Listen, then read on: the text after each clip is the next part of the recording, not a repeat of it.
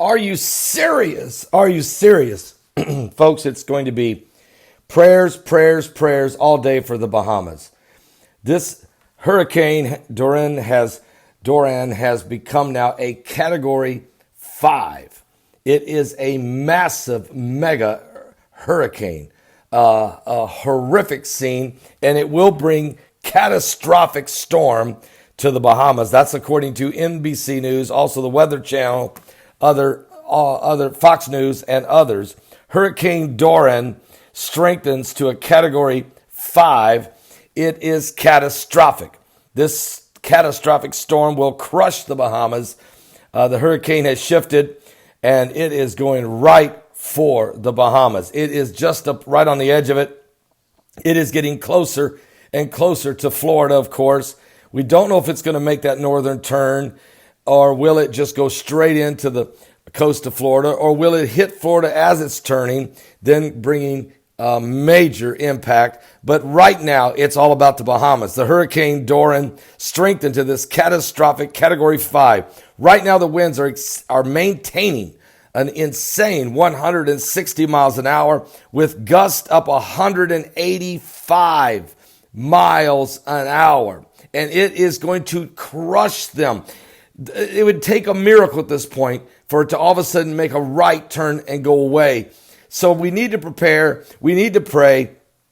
We need to understand the situation that's developing there. There's heavy rainfall now, life-threatening storm surge. They're talking 30 to 35 feet high storm surge, almost like a tsunami type surge. Not even counting the wind here. We're not talking about just the lightning bolts. They say on the perimeter of the eye are insane. Bolts that the Weather Channel is saying now, meteorologists are saying thunderbolts they've never seen before being recorded near the eye of the storm. It's preparing to hit the Abaco Islands in the northern Bahamas. It will then hit the Grand Bahama Island later today. It's going to just wipe things out, and some of these islands will not be recognized, and the hurricane will shift again, maybe. Okay, does it? That low pressure system has been setting up in Ohio, hasn't moved. Thus, if it was to move, it would bring some resistance, but it's not. This is allowing this storm in the hot Atlantic waters to create so much energy now that this could be a storm of biblical proportion. And if you live in Charleston, South Carolina, you're having also, just to throw in, a king tide, which means the tide is higher than normal. The last thing you need is a hurricane to come and start shoving that water even higher. But that's exactly what it looks like it's going to do in Charleston, South Carolina. You guys don't even have to get hit by the hurricane. Your problem will be flooding, and flooding. Unless this thing hangs a sharp right soon, it may be too late for South Carolina as far as flooding is concerned.